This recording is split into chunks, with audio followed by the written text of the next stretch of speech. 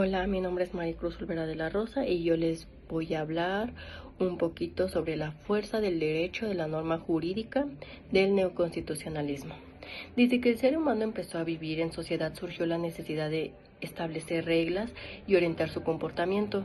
No obstante, no bastaban con acuerdos informales o las costumbres. Hacía falta algo más firme, más claro y más duradero.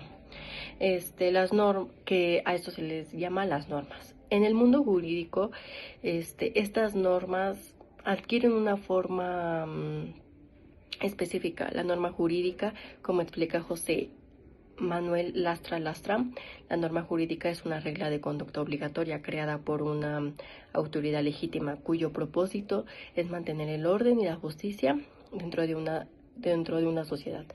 Pero aunque el concepto parece sencillo, la norma jurídica es mucho más compleja de lo que aparenta. No se trata solo de un mandato que debemos obedecer, sino de un componente dentro de una estructura mucho mayor que el sistema jurídico.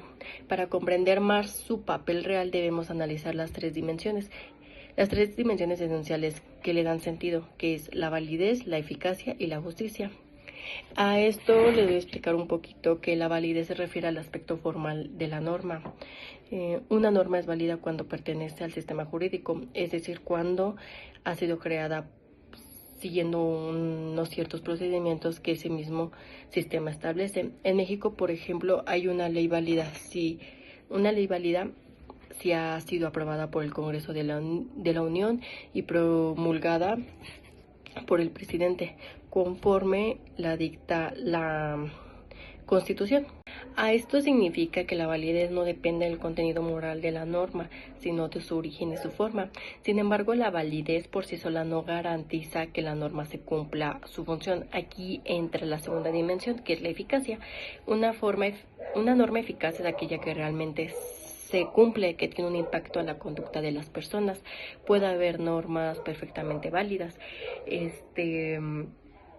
pero que sean ineficaces si la gente no las respeta o si el Estado no las hace cumplir. Pensemos en una ley que ahorita viene siendo, no sé, tirar basura en la calle. Puede haber sido elaborada correctamente, pero si nadie la respeta, no existen sanciones, su eficacia es nula.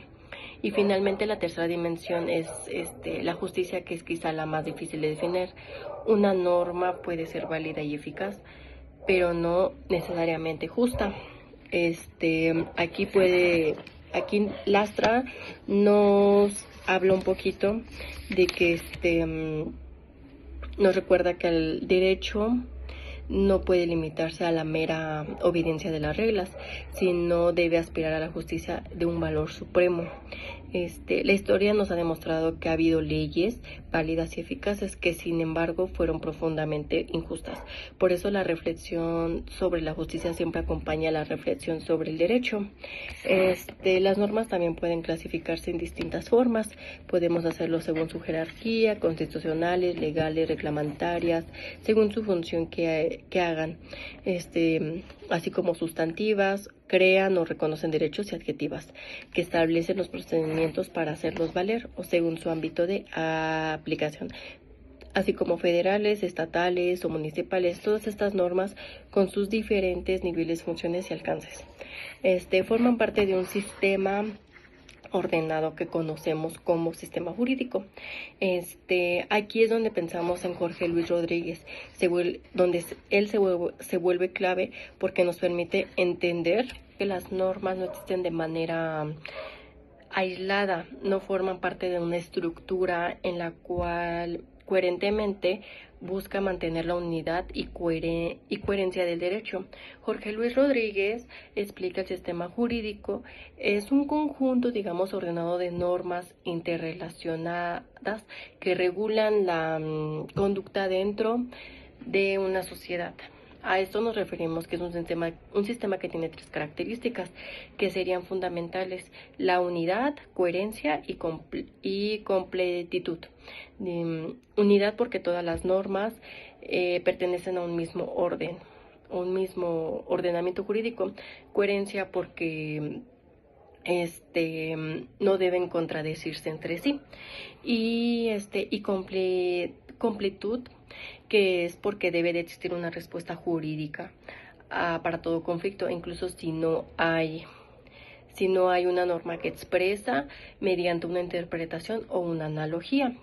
En ese sentido, el sistema jurídico funciona como una gran red donde cada norma encuentra su fundamento en otro nivel superior. Aquí nos vamos a inspirar un poquito en Hans Kelsen. Rodríguez retoma que la idea de la famosa pirámide jurídica, donde cada nivel de normas depende del anterior. En la cima se encuentra la Constitución, que es la norma suprema de todo el Estado, y debajo de ella están las leyes y los reglamentos y otras disposiciones. Esta estructura asegura que el derecho mantenga su coherencia interna. Sin embargo, el mundo contemporáneo ha transformado esta visión jerárquica, en una más dinámica. Hoy los sistemas jurídicos ya no son estructuras rígidas, sino redes interconectadas de las normas y valores y principios. En países latinoamericanos esta transformación ha sido especialmente importante porque ha dado lugar a nuevos programas jurídicos, así como el neoconstitucionalismo. El neoconstitucionalismo, como le explica Miguel Carbonell, representa una nueva manera de entender el derecho, nacida en Europa después de la Segunda Guerra Mundial y adoptada con la fuerza en América Latina hacia finales del siglo XX.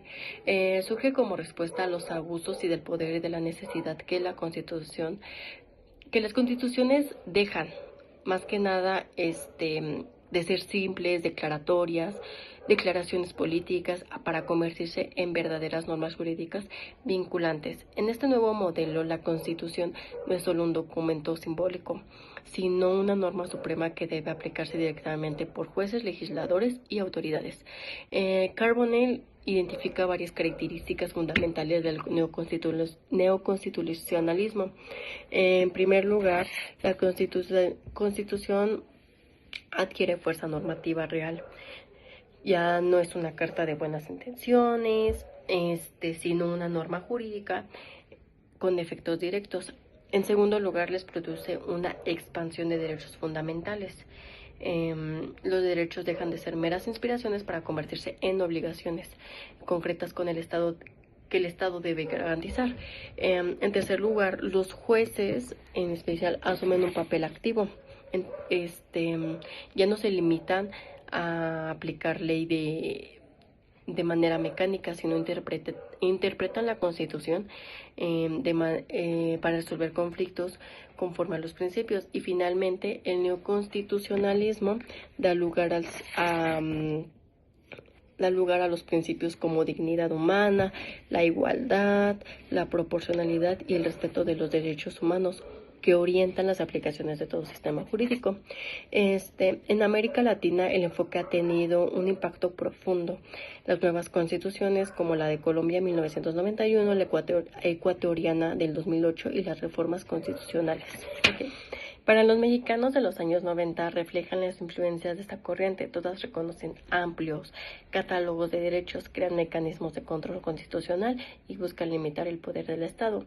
En el fondo, el neoconstitucionalismo plantea que el derecho no pueda entenderse por separado de lo moral y de la justicia, porque su finalidad también es proteger a las personas frente a abusos del poder. Aquí es donde las ideas de Pedro Salazar Ugarte se vuelven esenciales. Para Pedro Salazar, la Constitución no es una simple ley superior, sino un pacto político y jurídico que define cómo se organiza el poder, cómo se ejerce y cuáles son sus límites a respetar. La Constitución tiene tres grandes, más que nada, dimensiones, que es la dogmática, la orgánica y la normativa. La parte dogmática establece los derechos fundamentales y las garantías que protegen a los ciudadanos. La parte orgánica define como la estructura del Estado, sus poderes y sus competencias, y la normativa establece la jerarquía del orden jurídico y las reglas para la creación de nuevas normas. Salazar insiste que la Constitución cumple como con una doble función. Por un lado organiza el poder público, por otro lo limita. De esta manera la Constitución se convierte en un instrumento de control que busca evitar abusos y garantizar la dignidad humana. No basta que el Estado tenga leyes, esas leyes a veces deben de ser subordinadas a los valores constitucionales. Por eso, dentro del sistema jurídico, la Constitución más que nada es la fuente de validez, la fuente de validez de todas las normas. Si una ley contradice la Constitución, debe considerarse inválida, pero en el constitucionalismo va más allá. Afirma que la Constitución debe de ser una función interpretativa, es decir, sus principios y valores deben guiar la aplicación de todas las normas, incluso cuando el texto no sea claro. Esto nos lleva a otro punto fundamental. La interpretación de la Constitución, interpretar no es simplemente leer, como todos lo hacemos, sino dar un sentido a las normas en contextos concretos. Paolo Camanducci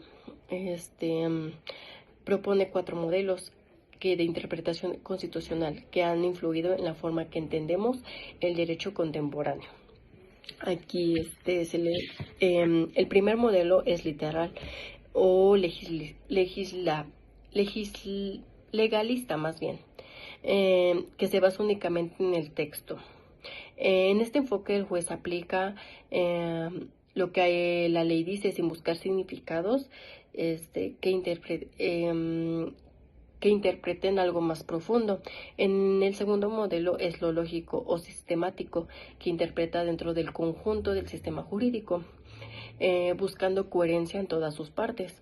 El tercero es el axiológico o principalista, que interpreta la Constitución a la luz de los valores y principios que lo inspiran. Y finalmente el modelo neoconstitucionalista, que combina los anteriores, pero la prioridad de los derechos humanos y los principios constitucionales sobre reglas estrictas. Aquí también, en este último modelo, el juez deja de ser un mero aplicador de la ley para convertirse en un verdadero intérprete del derecho. Su tarea no es solo dice la ley, sino qué significa la luz de justicia, la equidad, la protección de los derechos. De esta manera, la interpretación se convierte en un puente entre la norma y la realidad, entre la letra del derecho y su espíritu. Todo este recorrido nos permite entender que el derecho no es un conjunto estático de normas, sino un proceso en constante evolución. Comienza con las normas jurídicas que establecen las reglas básicas de convivencia. Luego esas normas se integran en un sistema jurídico coherente que asegura una unidad del orden. Finalmente, la Constitución aparece como la norma suprema que da sentido a todo el sistema, y el neoconstitucionalismo como el enfoque que busca que este sistema también se haga justo y humano. La evolución del derecho entonces puede entenderse como un movimiento desde la formalidad hacia la justicia. En el pasado bastaba con que las normas fueran válidas. Hoy exigimos también que sean justas, eficaces y respetuosas de los derechos. En el contexto, el papel de los jueces, legisladores y ciudadanos se transforman. Los jueces ya no son simples ejecutores de la ley, sino intérpretes responsables del sentido constitucional. Los legisladores no solo crean normas, sino deben hacerlo dentro del marco de los valores que la Constitución consagra. Y los ciudadanos, por su parte, dejan de ser receptores pasivos del derecho para convertirse en participantes activos en su construcción. Aquí el neoconstitucionalismo también plantea una nueva relación entre el derecho y la política. La Constitución no solo organiza el poder, sino también expresa el proyecto ético y social. En América Latina, esta visión ha sido esencialmente para consolidar democracias más sólidas, para ampliar derechos sociales, culturales y ambientales, y para garantizar más que nada que las instituciones respondan a las necesidades reales de las personas. Así la Constitución deja de ser un texto distante y se convierte en una herramienta viva y cercana a la ciudadanía. Hoy en día hablar del derecho es hablar de derechos humanos. El sistema jurídico no puede ser neutral frente a la injusticia ni indiferente frente a desigualdades. La Constitución y sus intérpretes tienen el deber de asegurar, más que nada, todas las normas que se apliquen en armonía con los valores de la libertad, igualdad y dignidad. A esa es una esencia de la gran lección del neoconstitucionalismo. Por eso cuando hablamos de la norma jurídica, de sistema y de constitución, en realidad estamos hablando de diferentes etapas, como es una misma búsqueda. La búsqueda es un orden justo, la norma representa la forma, el sistema la estructura y la constitución el sentido ético y político, que da coherencia al todo. En el centro de todo ello está la persona humana, el sujeto y el fin del derecho, por supuesto. Podemos decir entonces que el derecho contemporáneo ya no puede entenderse solo desde la técnica, sino desde una ley. O sea, la ley no es un fin en sí misma, es un medio para alcanzar la justicia. El Estado de Derecho no se agota en la obediencia de las normas, sino se encuentra verdaderamente legítima en la protección de los derechos humanos.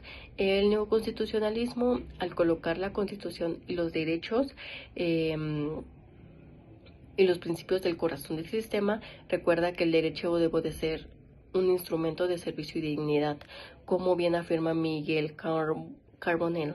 El derecho no puede ser solo técnica, debe ser también una justicia. Esa frase resume toda la evolución del pensamiento jurídico y moderno. La validez formal ya no basta, necesitamos normas eficaces y justas, sistemas jurídicos coherentes y constituciones vivas que orientan la acción del Estado y que hacia más que nada el respeto de la persona. Hoy más que nunca el estudio del derecho requiere entender la conexión entre unos conceptos. La norma jurídica nos enseña las reglas, el sistema jurídico nos muestra la estructura, la Constitución nos da un fundamento y el neoconstitucionalismo nos ofrece el horizonte ético que guía la interpretación. Juntos forman un tejido que sostiene la vida democrática y garantiza el poder que nunca esté por encima del derecho y ni el derecho esté por encima de la justicia. Claro. En conclusión, podría decir que el camino que va de la norma del neoconstitucionalismo es también un camino que va del poder del derecho y del derecho de la justicia. Un recorrido en la que las leyes dejan sus órdenes frías para convertirse en unas expresiones de valores y comprensión, claro, valores, comprensión y ser compartido, un proceso en el que los jueces se transforman en guardianes de la Constitución y en defensores de los derechos humanos, y sobre todo un proceso en el que el ciudadano recupera el papel central como destinatario y protagonista del derecho. La evolución del pensamiento jurídico latinoamericano, nutrido por autores de Lastra, Rodríguez, Carbonell y Salazar, demuestra que el derecho no es estático, sino que adapta a las exigencias de su tiempo. Hoy vivimos en una época en la que los desafíos son nuevos, la desigualdad, la violencia, la corrupción y la crisis ambiental, pero la respuesta sigue siendo la misma: fortalecer el Estado constitucional del derecho, donde las normas y el sistema y la Constitución estén al servicio de la justicia y de la persona humana. Así puedo cerrar este recorrido con una reflexión simple pero poderosa. El derecho solo cumple su función cuando logra equilibrar la validez con la eficacia y la justicia, cuando el sistema jurídico se mantiene coherente y vivo, y cuando la Constitución se interpreta con la mirada puesta en los derechos y la dignidad de todos. Por última instancia, la esencia del derecho no está en las normas, sino en las personas a las que se busca proteger. Gracias.